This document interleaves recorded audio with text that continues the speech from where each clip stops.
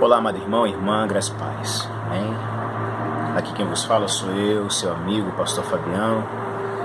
E eu quero, neste exato momento, aqui no meu quarto, na simplicidade em que eu me encontro aqui, eu quero falar com vocês sobre algo muito importante, que muitas das vezes arruína a nossa vida. Pretendo ser breve nesta mensagem, amém?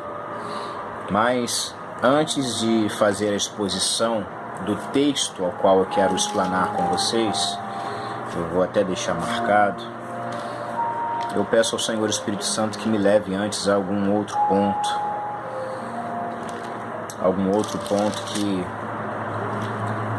que seja importante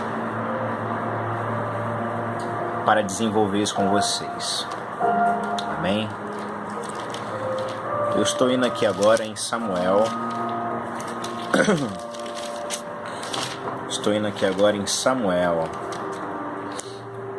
Samuel aonde, pastor? Samuel, primeiro livro de Samuel, capítulo 15. Primeiro livro de Samuel, no capítulo 15. Diz assim, amados: Então veio a palavra do Senhor a Samuel dizendo: Arrependo-me de haver posto a Saul como rei, porquanto deixou de me seguir e não executou as minhas palavras. Então Samuel se contristou e toda a noite clamou ao Senhor. Versículo 12 diz assim: E madrugou Samuel para encontrar a Saul pela manhã, e anunciou-se a Samuel, dizendo: Já chegou Saul ao Carmelo, e eis que levantou para si uma coluna. Então fez volta e passou e desceu a Gilgal. Veio, pois, Samuel, amados, acompanhe na sua Bíblia aí. Veio, pois, Samuel a Saul, e Saul lhe disse: Bendito sejas tu do Senhor. Executei a palavra do Senhor. Então disse Samuel: Que balido, pois, de ovelhas é esse nos meus ouvidos, e o mugido de vacas que eu ouço? E disse Saul: De Amaleque as trouxeram, porque o povo perdoou ao melhor, sabe? Perdoou ao melhor, profeta Samuel, ao melhor das ovelhas, ao melhor das vacas, para as oferecer ao Senhor teu Deus. O resto, porém, temos destruído totalmente. Santos preciosos, vocês sabem muito bem de que passagem nós estamos falando. Na certa, você já ouviu o seu pastor pregando, você conhece, né, essa célebre passagem onde é dito: eis que obedecer é melhor do que sacrificar, né? E o atender melhor do que a gordura de carneiros. Então eu gostaria de, nesse exato momento, falar com vocês sobre essa questão do orgulho. Eu vejo aqui um orgulho muito grande, arruinando tremendamente a vida desta pessoa, deste jovem ainda, podemos dizer, chamado Saul. Saul recebeu uma ordem dada por Deus que era para destruir os amalequitas por completo. Mas em uma batalha, esse Saul não quis fazer o que Deus mandou. Não quis destruir os amaleques todos a uma, como Deus ordenou. Ele olhou para as vacas, olhou para os jumentos, olhou para os camelos e pensou: bom, eu vou poupar essa parte melhor aqui, porque eu quero dar em adoração para Deus. Mas quando o profeta Samuel ouve um barulho de mugido, um mugido de vacas, né? Como ele diz aqui, olha, eu estou ouvindo mugido de vacas, eu estou ouvindo um balido de ovelhas. Sabe, amados, nós precisamos ter sempre, toda semana, um encontro com Deus, aonde nós ouçamos uma mensagem, uma palavra de libertação, uma palavra de ensinamento, mas uma palavra de libertação, sabe? Nós precisamos muito, repito, nós precisamos muito mantermos os nossos olhos, mantermos os nossos ouvidos, mantermos a nossa mente voltada, mantê-la fincada na presença de Deus, mantê-la sempre envolvida com a palavra de Deus. Existe sempre ao nosso redor um mugido de vacas, um balido, né? Um balido de ovelhas, e que sobe no nosso coração um desejo de poupar aquela parte ali. Às vezes a gente não quer tocar naquela parte, a gente quer manter aquilo ali, porque a gente acha que aquilo ali é importante. A gente acredita que aquilo ali é extremamente importante, mas olha, quero te dizer uma coisa. O Senhor, o Espírito Santo, quer falar conosco neste momento e manda dizer: você e eu temos que sermos tratados na parte do orgulho. Na parte do orgulho. O orgulho, ele gera sempre um sentimento de que, quem sabe sou eu, quem determina sou eu, quem resolve sou eu é que sei o que é melhor para a minha vida. Deus disse, mas eu não vou dar ouvidos. Não é bem assim do jeito que o pastor falou. Não é bem assim do jeito que o meu líder está dizendo, não. Eu vou fazer um pouquinho diferente, eu vou poupar uma certa parte, né, porque eu acho legal. Será, amados? Provérbios capítulo 30, no versículo 1, a palavra do Senhor fala assim: palavras de Agur, filho de Jaque, o oráculo. Disse este varão a Itiel, e Itiel ao Cal. Aqui existe uma sabedoria de Deus muito grande colocada neste livro.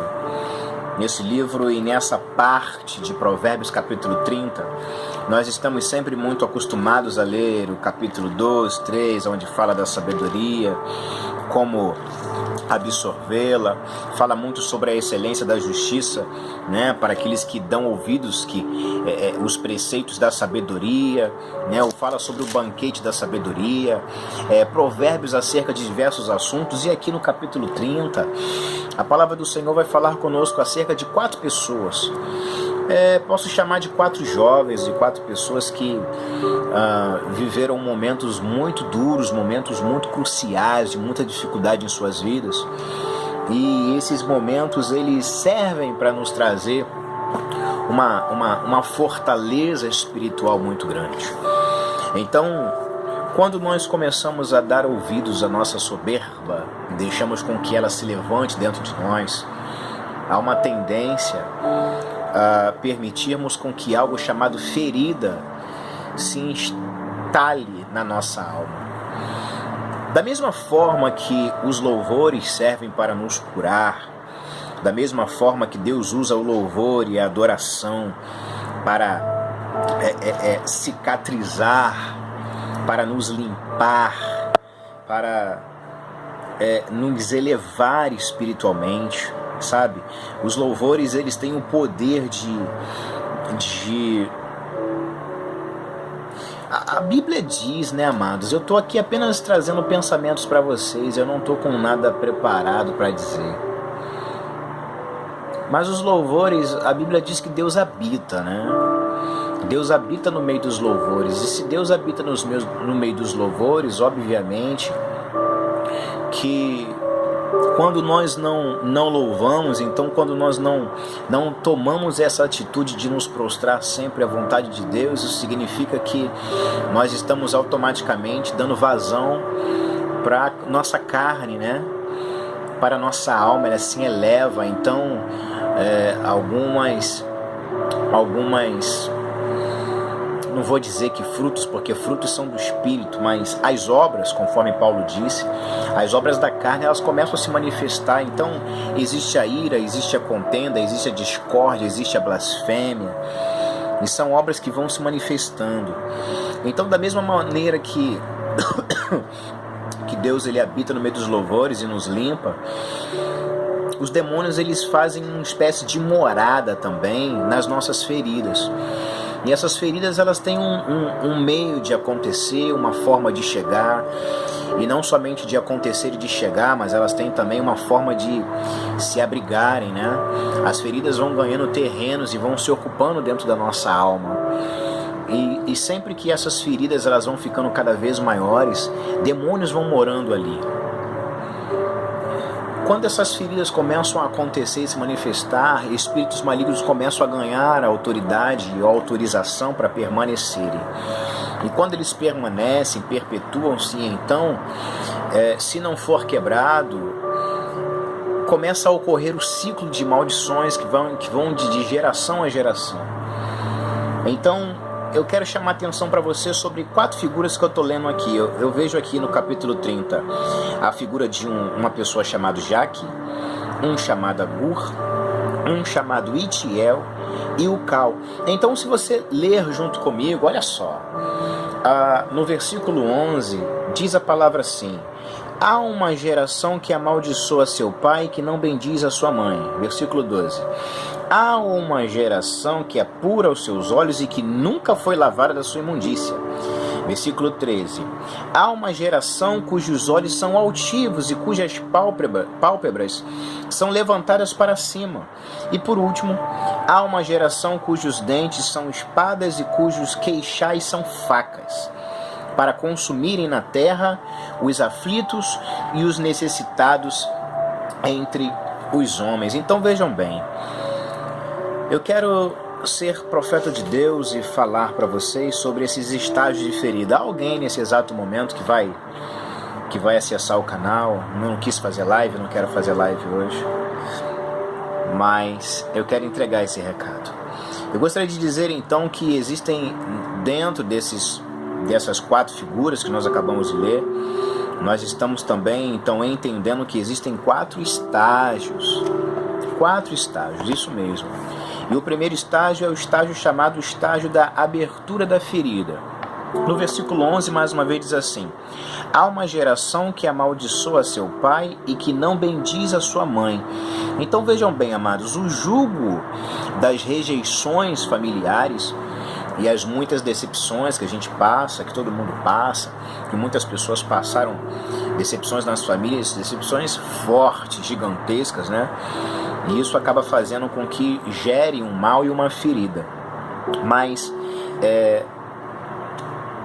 esses problemas com a família têm uma tendência a fazer com que essa criança, esse jovem, esse adolescente e hoje esse homem que tiveram dificuldades em olhar para figuras de exponencial, ou seja, pessoas que representam a autoridade. Então, crianças que têm dificuldade na questão da obediência, na questão de se submeter, e então, ao invés de amaldiçoar o pai e a mãe, muito pelo contrário, eles devem ter uma tendência de abençoar. Mas essa geração aqui, a palavra está dizendo que é uma geração que amaldiçoa o seu pai e que não bendiz a sua mãe. Então, aqui está o processo, amados, de abertura da ferida. Então, quantas cargas de rejeições são correspondidas por causa de uma rebelião, amados? Saul, muito provavelmente, possa ter vivido uma situação como essa. Deus vem e dá uma ordem através do profeta, ele não obedece à voz do profeta e nem obedece à voz do homem. Já estavam, então, num período, né, onde não havia mais a teocracia, onde é Deus tomando conta, né? Mas estava ocorrendo ali então aquele momento já de mudança de forma de governo, e quem comandava então era o rei. E Saul então estava na posição de rei nesse momento, mas ele não ouviu a direção de Deus através do profeta, ele não obedeceu. Então nós podemos nesse exato momento equacionar, amado irmão e irmã, o seguinte: rejeição. Uma rejeição que ocorre em um determinado momento da sua vida e que ela não é tratada pelo perdão, vai gerar automaticamente rebelião. Vou repetir: uma geração que é atingida pela rejeição E se essa geração ela não liberar perdão, vai ocorrer automaticamente uma rebelião. Então diz, há uma geração que amaldiçoa seu pai e que não bendiz a sua mãe. Então, amados, as feridas, elas precisam ser tratadas. Põe café para mim. As feridas, elas precisam ser tratadas. Vamos avançar. O segundo estágio diz assim: há uma geração que é pura aos seus olhos e, contudo, nunca foi lavada da sua imundícia. A primeira é uma geração que amaldiçoa o pai e que não bendiz a mãe, no versículo 11. E no versículo 12 diz que há uma geração que é pura aos seus próprios olhos. Então veja, olha a soberba. Tá bom, filho, tá bom. Olha a soberba. Uma geração que é pura aos seus próprios olhos. Ela se vangloria. É uma geração que se exalta. Eu vivi muito isso na minha juventude. E continua dizendo a palavra: e contudo nunca foi lavada da sua imundícia. Obrigado. Nós precisamos, amados, sermos lavados continuamente da nossa imundícia. A gente não pode permitir de forma alguma que uma espécie de imundícia tome conta da nossa vida. Então eu preciso que você nesse exato momento vasculhe a sua alma, vasculhe a sua mente, vasculhe seu pensamento e veja se está ocorrendo alguma espécie de imundícia. O mundo está gritando terrivelmente, chamando o povo de Deus de volta para aquele estado degradável, para aquele estado horrível. Mas eu te peço agora, amado, não dê ouvido para a imundícia do mundo, não dê ouvidos e nem atenção para a abertura da ferida, sabe? E esse segundo estágio, então, já que é uma geração que é pura aos seus olhos e que contudo nunca foi lavada, você percebe então que esse é o processo da espiritualização de uma ferida.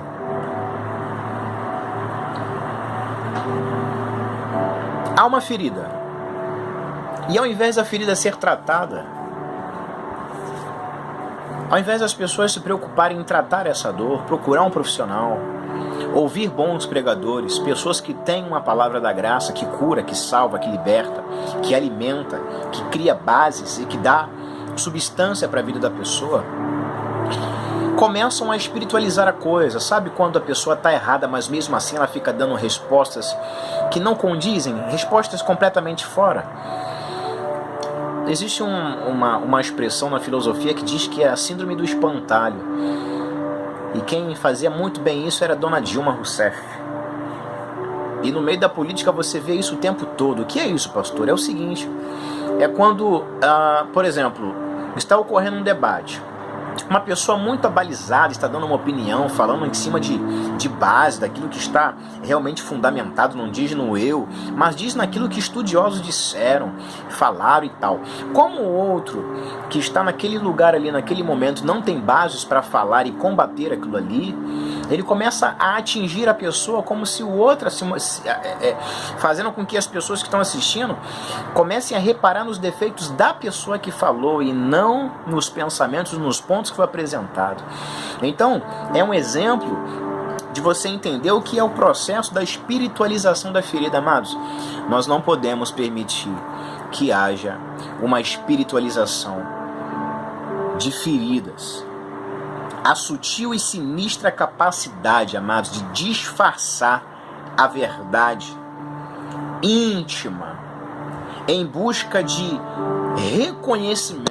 A pessoa quer apenas ser reconhecida, mas ela não quer tratar a dor, tratar a ferida, dizer que está doendo. Não, ela quer continuar achando que aquilo ali é maravilhoso, que está tudo bem. Ela está com uma dor, está com uma crise existencial, ela está sentindo como se tivesse algodão na garganta. Ela não consegue falar direito, ela começa a enrolar a língua, vê que alguma coisa não está batendo bem. Ao invés de procurar um profissional para tratar aquilo ali, não, a pessoa continua espiritualizando. Não, está tudo bem. Tá tudo bem, tá tudo maravilhoso. Aí ainda usa a palavra para dizer, como a nossa irmãzinha lá no Antigo Testamento falou, né? Olha, vai tudo bem? Aí ela, vai tudo bem. Eliseu mandou perguntar se vai tudo bem. Vai tudo bem. Nem sempre vai tudo bem. Quando a situação não estiver bem, você tem que gritar, você tem que dizer, você tem que falar com alguém. Eu tenho uma tia que me diz assim: Fabiano, precisando de mim, ó, gritem. Você também tem que fazer isso, você também tem que gritar, você não pode ficar calado, engolindo. Amém, irmão Laerte? Você não pode ficar calado. Existe uma palavra de graça, uma palavra de amor. Deus te ama. O Senhor Jesus te ama. O Senhor Jesus quer curar esses ciclos que muitas das vezes parecem ser intermináveis. E este segundo ciclo, então, é o ciclo da religiosidade, né? Da religiosidade. É aquele momento em que a pessoa, ao invés de curar, de limpar mesmo aonde está doendo, limpar, tirar a sujeira, a poeira, as pedras, dói, claro que dói. Mas não, quer botar um band-aid logo em cima, querido, isso vai infeccionar, isso não vai dar certo. Isso vai infeccionar. Não adianta colocar uma maquiagem em cima de alguma coisa que está horrorosa. Não tem como, vai todo mundo perceber. Vai bater uma chuva, vai lavar o rosto, vai aparecer. Você não pode querer encobrir algumas áreas específicas da sua vida pensando dessa maneira. Vamos partir para o terceiro estágio? Amém? Diz aqui a Bíblia no versículo 13. Há uma geração cujos olhos são altivos e cujas pálpebras são levantadas para cima. Então eu estou enxergando aqui que esse é o processo da compensação da ferida, né? É um momento onde o processo ele fica infeccioso realmente.